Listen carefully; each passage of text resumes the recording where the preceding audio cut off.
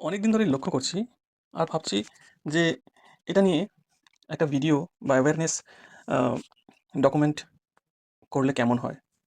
তো আজকে ভাবলাম করেই ফেলি। এই যে এসএমএস গুলো ঝড় বৃষ্টি হয়ে যাওয়ার পরে আমাদের মোবাইলে আসে, হয়তো আপনাদের সবার মোবাইলেই আসে এই এসএমএস গুলো। দেখবেন আসে একটা নাম্বার থেকে না, একটা নাম লেখা থাকে। যেমন এখানে লেখা আছে JDNDMAEW-G। তো আমি ধরে নিচ্ছি এগুলো সরকারি আবহাওয়া দপ্তর থেকে আসে। কিন্তু দেখুন এই যে সবথেকে নিচে যে এসএমএসটা এসছে, কখন এসছে? রাত্রি ১:৫৬ মিনিটে। আর এরা কি বলছে? এরা বলছে severe thunderstorm lightning accompanied with intense rain and gusty wind with speed 70 to 80 kmph kilometre per hour very likely to continue over some parts of Kolkata, North 24 Parganas, South 24 Parganas, East Midnapur districts during next 2 to 3 hours from 14:44 29:05-2026। মানে দুপুর ২:৪৪ থেকে ঝড় বৃষ্টি শুরু হবে বজ্রবিদ্যুৎ সহ ২৯শে মে তারিখে। আচ্ছা, আর ২ থেকে ৩ ঘন্টা সেটা চলবে। সেই এসএমএসটা আমার কাছে এসে পৌঁছালো কখন? রাত্রি ১:৫৬। কতক্ষণ পর ভেবে দেখুন। তাহলে এই এসএমএসটা পাঠানোর কি দরকার? এসএমএসটা লেখার যে ধরন তাতে তো মনে হচ্ছে যে আ আমাদেরকে ওয়ার্নিং দিয়ে পাঠানো হচ্ছে এসএমএসটা যে আপনারা সাবধান থাকুন, এরকম হবে। আগামী বলছে না যে নেক্সট 2 to 3 আওয়ার্স, মানে আগামী ২ ঘন্টা বা ৩ ঘন্টা ধরে এরকম ঝড় বৃষ্টি বজ্রবিদ্যুৎ হবে। লেখার ধরনটা ভবিষ্যতের জন্য, অথচ এসএমএসটা এসে পৌঁছাচ্ছে পরে, যতক্ষণে ঘটনাটা অতীত হয়ে গেছে। তাহলে প্রথমত তো এসএমএসটা পাঠানোর কোনো দরকারই নেই, যেটার কোনো কাজ হয় না। মানে যে পারপাসে আপনি পাঠাচ্ছেন সেই পারপাসটাই যদি সলভ না হয় তাহলে পাঠাচ্ছেন কেন? কোনো দরকার নেই। আচ্ছা, তার আগে যদি আমি দেখি, তার আগেরটা during next 2 to 3 hours from 21:15, মানে রাত্রি ৯:১৫ থেকে শুরু হয়ে ২ থেকে ৩ ঘন্টা পর্যন্ত ঝড় বৃষ্টি হবে। সেখানে ১০ টার সময় এসএমএসটা আমরা পেয়েছি। মানে ওই ৪০-৪৫ মিনিট মতো ঝড় বৃষ্টি হয়েছে, তারপরে ঝড় বৃষ্টি থেমে গেছে, তারপরে মেসেজটা ঢুকেছে। আচ্ছা। মানে মেসেজটা কোথাও না রাস্তায় আটকে থাকে। ঝড় বৃষ্টিতে আমাদের কাছে আসতে পারে না। যেই ঝড় বৃষ্টি থেমে যায় সঙ্গে, সঙ্গে আমাদের কাছে এসে ঢুকে যায় আমাদের ফোনে। তারপরে এটা দেখুন, তার আগেরটা। এটা হচ্ছে ৩১শে জুলাই ২০২৫ এর।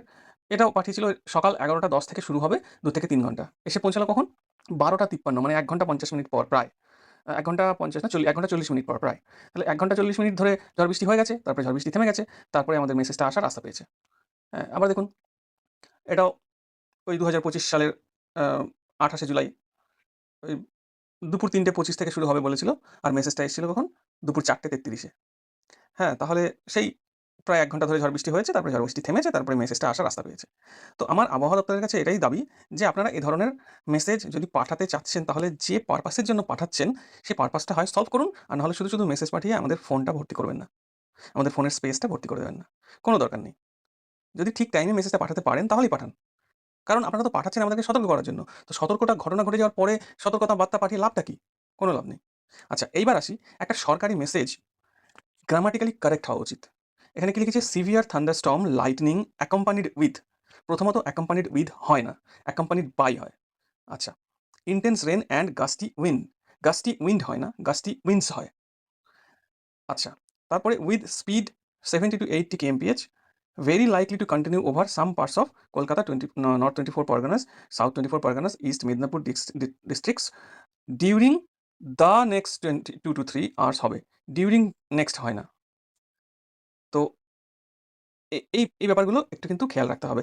আমার মনে হয় যে এটা যখন একটা সরকারি সংস্থা থেকে মেসেজটা আসছে সেটা গ্রামাটিক্যালি কারেক্ট হওয়া উচিত।